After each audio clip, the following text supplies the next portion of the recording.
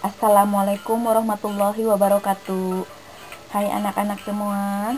Hari ini kita akan belajar bahasa Indonesia kelas 4, tema 3, subtema 2, menulis laporan hasil wawancara.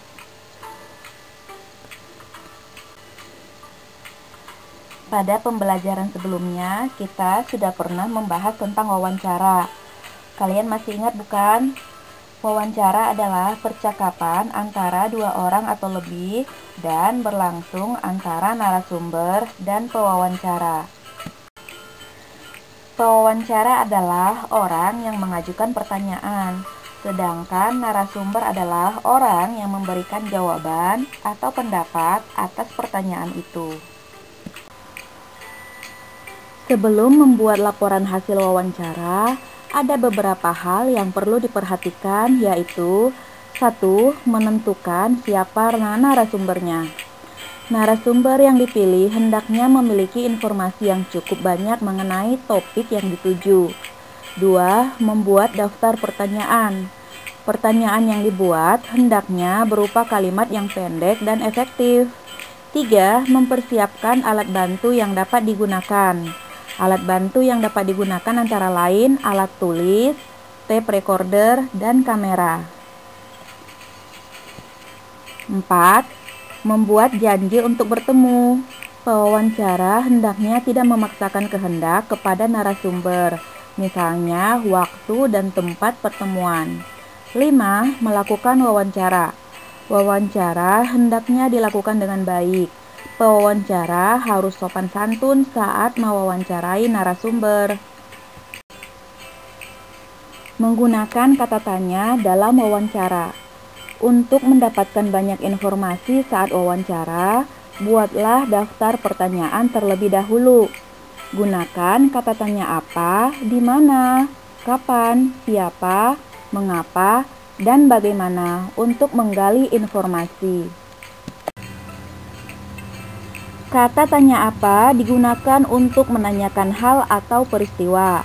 Kata tanya di mana menanyakan tempat terjadinya peristiwa. Kata tanya kapan menanyakan waktu terjadinya peristiwa. Kata tanya siapa menanyakan orang yang terlibat dalam suatu peristiwa.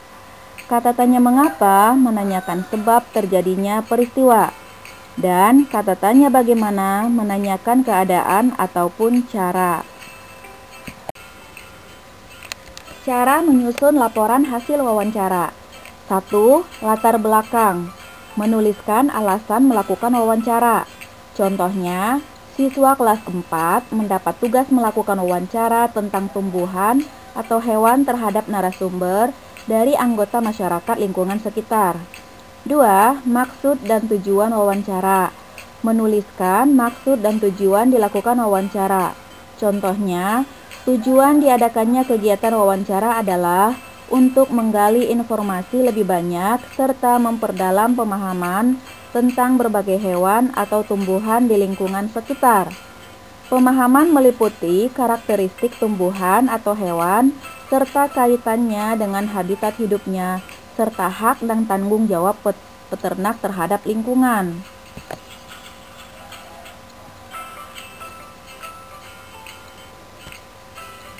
3. Topik wawancara. Menuliskan topik wawancara. Contohnya, tumbuhan dan hewan di sekitarku. 4. Waktu dan tempat wawancara. Menuliskan waktu dan tempat wawancara. Jangan lupa cantumkan waktu dan tempat wawancara. Dalam laporan hasil wawancara, bagian ini sangat penting sebab waktu dan tempat sangat membuktikan keobjektifan wawancara. 5. Laporan hasil wawancara.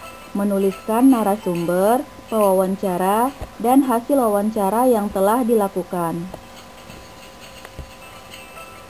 6. Kesimpulan. Pada bagian kesimpulan, kita bisa menuliskan rangkuman seluruh hasil wawancara. Nah anak-anak, sekian materi bahasa Indonesia kali ini. Terima kasih atas perhatiannya. Wassalamualaikum warahmatullahi wabarakatuh.